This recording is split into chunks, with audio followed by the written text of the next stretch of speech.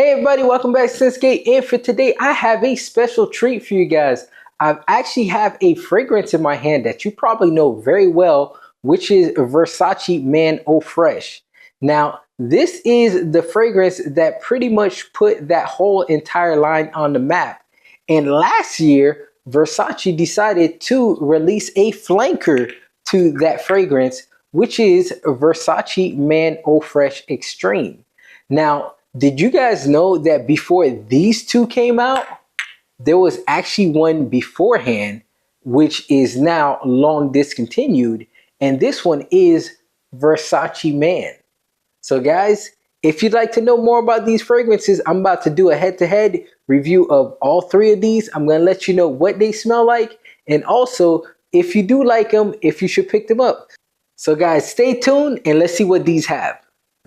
All right, well, first and foremost, we have Versace Man Eau Fraiche. So this one is actually the fragrance that did put that whole entire lineup on the map. And this one opened up with a very nice citrus with the star fruit. And that is what is the main note on here that gives that fragrance its signature scent. Now, it does have some lavender that gives it a little bit of a floral, and it has some musk that elevates the fragrance and ties it all together. Now, this is a very, very nice summertime fragrance. Now, this is not something that works well in the high heat, and is not also a fragrance that lasts very long. At the most, I'll probably get about an hour to two out of this fragrance.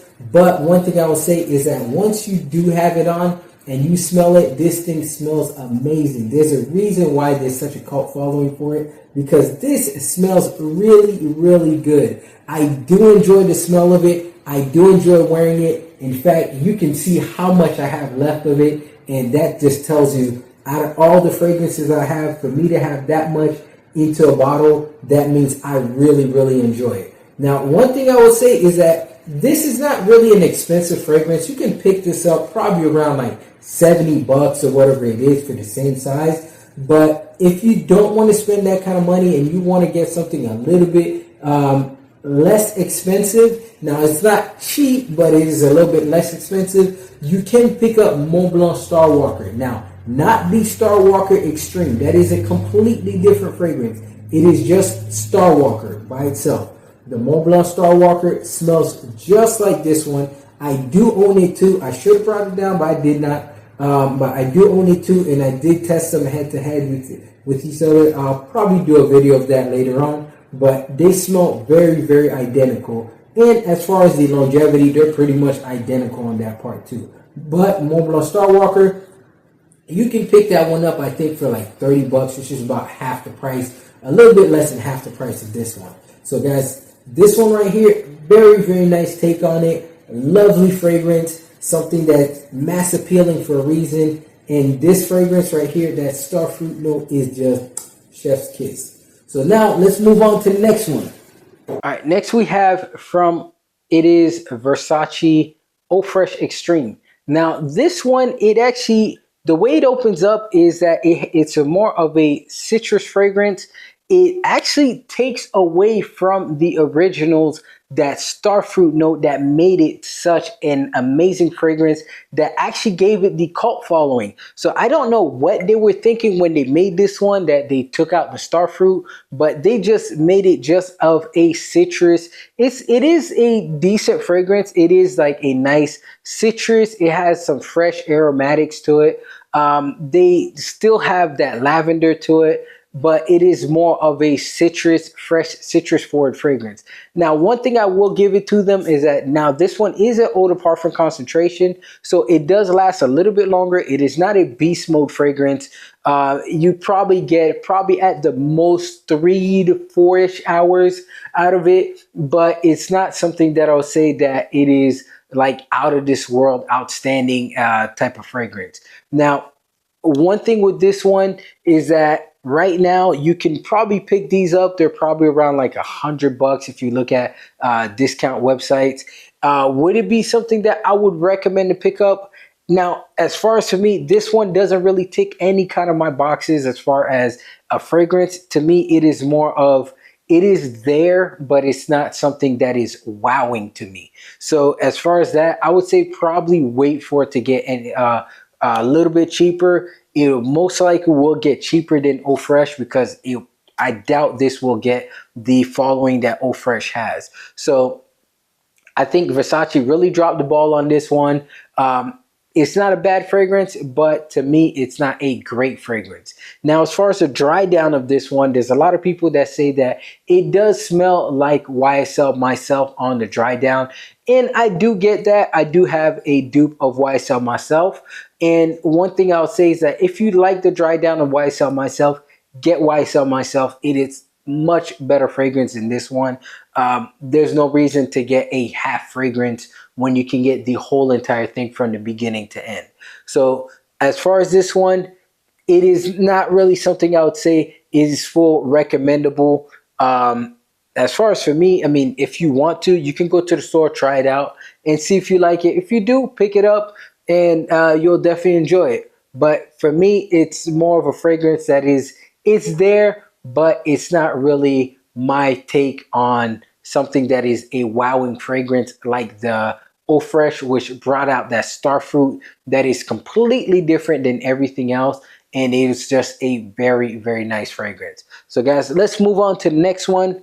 And we have the OG, the one that started everything. So we have here Versace Man. So it's not Eau Fraiche. There's nothing after it. It is just Versace Man. Now this fragrance couldn't be any more different than the other two. So this one is not a fresh citrusy fragrance.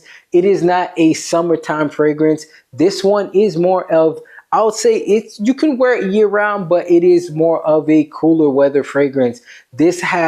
It opens up with some very, very nice tobacco.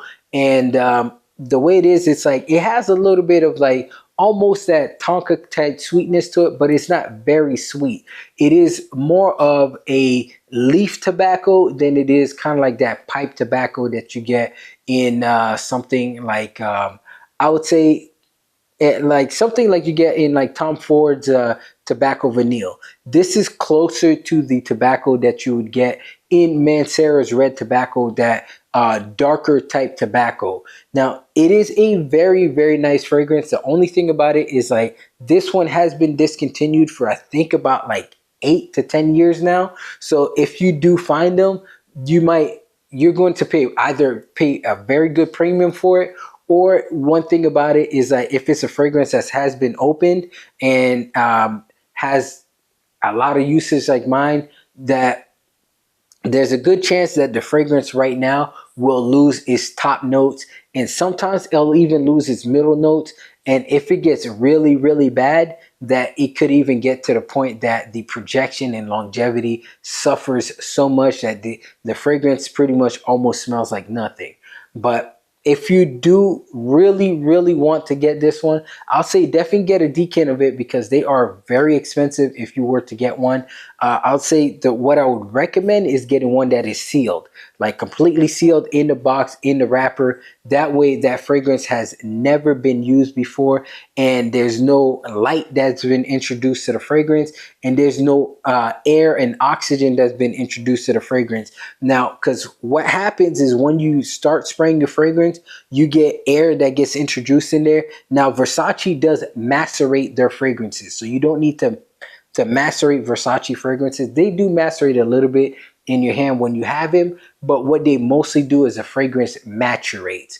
And when the fragrance maturates, it will make the fragrance a little bit brighter, a little bit stronger, but also over time, that maturation will start to degrade the fragrance. Like I said, it'll start taking away at the top notes and then start eating away at the middle notes, and then at some point will start taking away at the projection and longevity of the fragrance. So these fully sealed boxes usually run anywhere from $200 to $300. So if you do want to try this fragrance, definitely get a decant of it first, and make sure you get a decant from somebody that doesn't have a fragrance that's been open like mine for like 20 years, because you will only get pretty much I'd say probably base notes, and sometimes like mine has been stored pretty well, so I still get the middle notes in there, but the top notes are very, very faint to the point that you can barely smell them anymore. So it's mostly mids and lows. So guys, if you do like these fragrances right here that I have, definitely check them out. Like I said, this one, get a decant because it is very expensive. These two, you can try them out at the stores. They do have them that you can spray them and try them.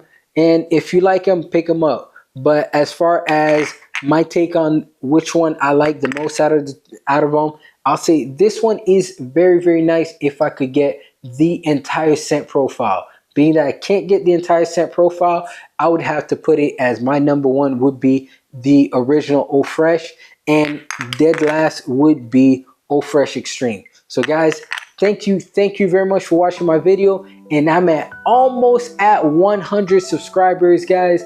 So if you could please do me a favor and let's get that over the top, and I would really appreciate that. So guys, thank you very much for watching my video. I really appreciate it. And please do me a favor, if you could subscribe, like, and comment, and I'll see you on the next one.